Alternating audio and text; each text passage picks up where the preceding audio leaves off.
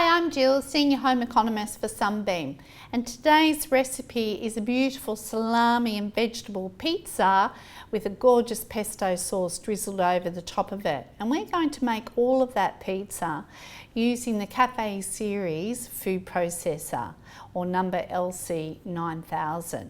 So we're going to start off by making the pizza dough, the base of our pizza. So let's place the flour into the bowl like so, followed with some egg, oil, yeast and some salt. In that goes. Put the lid on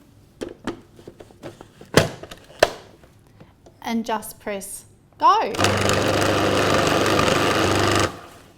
So that's just starting to come together now. Now I'm just going to pause that because I'm now going to add the small bowl and make the pesto sauce at the same time. So I'm now going to place the small bowl with the small S blade on top of the pizza dough. In goes the S blade, and now all our ingredients for the pesto sauce that we're going to be drizzling over the top of the pizza once it's cooked. So that's some lovely fresh basil leaves and some olive oil.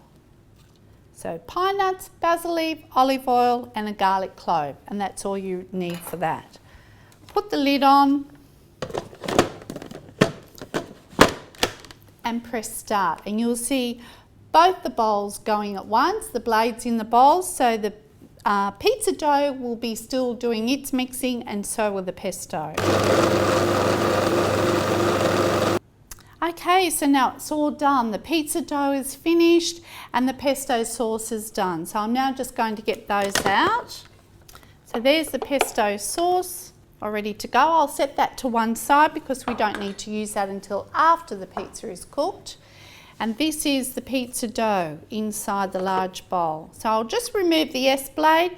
Remember, never ever try and get anything out of the bowl whilst the blade is still in the bowl. I've seen some nasty cuts occur by doing that. So just remove the pizza dough, and that is now ready for kneading. So I'm just going to get my board all floured up and ready to knead and roll a little bit. So I'll just put a little bit of flour onto the kitchen bench, and I'm going to take the pizza dough and just knead it very quickly because a lot of the kneading process has already been done for you in the food processor. So just a little bit of a knead using the palm of your hand or the heel here, and you can really get in and knead well. So once that's done, place it back into the bowl, and then we're going to let that pizza dough rest because it has got yeast in it. We need the yeast to activate to get a really good pizza crust. We'll let that rest for about 20 minutes and then we're ready to roll it out and place it onto the pizza tray.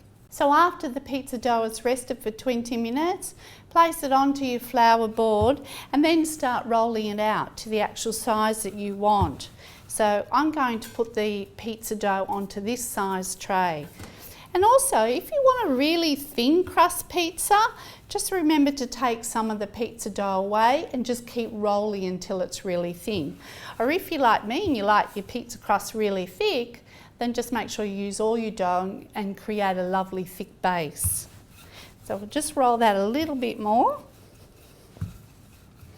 Just working around in a circular motion so that we keep that round shape. And you'll notice that if I see that it's getting out of shape on one side, I just apply more pressure to the rolling pin in that area, and that gets the shape back.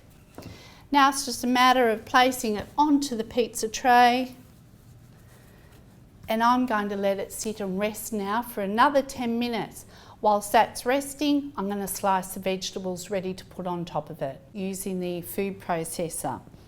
Now we need to attach a variable slicer to do this job, and this is the slicer that you can make as thick or as thin as you like. So it winds all the way up to 8 millimeters, but because I haven't pre-cooked any of the vegetables, I want them fairly thin so that they'll cook whilst they're on the pizza. So I've got that at about 2 to 3 millimeters thick. I'm then going to place that onto the food processor. It's just putting the drive shaft rod in, sit the variable slicer on top and place the lid on. Now this has got a really lovely big 14 centimetre wide chute that I can use for the big vegetables like the eggplant, for example. So let's get that process started. We'll start with the eggplant, so place that in, turn the machine on and just gently press down. Lift up, you'll notice the machine automatically turns off. Place the next lot of eggplant in and do the same again. So I'm now going to continue using the rest of the vegetables, but I just need the smaller chute to do the smaller vegetable. So I'll just place that feeder into position and let's start with the sweet potato. So turning the machine on, and you can use the pusher to help just push the food through. Let's do a zucchini now.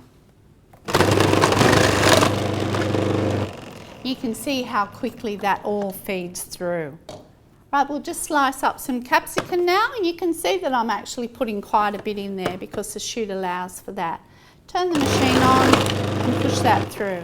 So continue that process with all of your vegetables, but I think I've got enough now to start and put all of this onto the pizza and get it into the oven. So I've got my pizza base here that's been sitting there for about 10 minutes while we've been slicing all the vegetables. And this is just a store-bought pizza sauce. But if you can't, or if you don't have a pizza sauce in the cupboard, but you have some tomato paste, just use that and sprinkle some mixed herbs in with it. And that will give it a lovely flavour. So spread that all over the base, like so. We're then going to top it with some salami. And the salami, of course, it doesn't have to be. It could be ham, chicken, beef, whatever you like. And then we can sprinkle the vegetables on top. And you can see that they're all evenly sliced, so that way when it's cooking in the oven, it's all going to be cooked at the same time. So I'm not going to have raw pieces of vegetable along with well cooked. Just decorate it nicely. Make sure you're getting a nice variety of vegetables onto the pizza. Always go right to the edge of the pizza as well to make sure you're putting as much on as possible. Now I'm just going to top this pizza with some grated cheese. Now the cheese I grated earlier in the food processor using the grater disc. So we'll just give a nice generous amount of cheese like so. And now that's ready to place in the oven, which I've preset at 190 degrees Celsius, a nice hot oven to get that cooking process going. Now that should take about 25 minutes, and when it's cooked, we're then just going to drizzle it with that beautiful pesto that we made earlier. Well, the pizza is cooked perfectly now, so let's just get it out of the oven. And it smells beautiful. Now just to finish that off, I'm going to top it with our pesto sauce.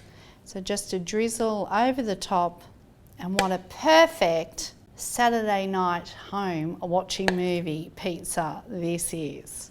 Just beautiful. And that's done with the Sunbeam Cafe Series food processor.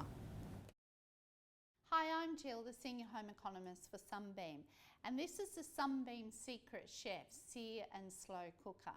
Why is it a secret? I'm going to tell you why. That is because in every other slow cooker that I've ever used, I have to brown all the meat off in a fry pan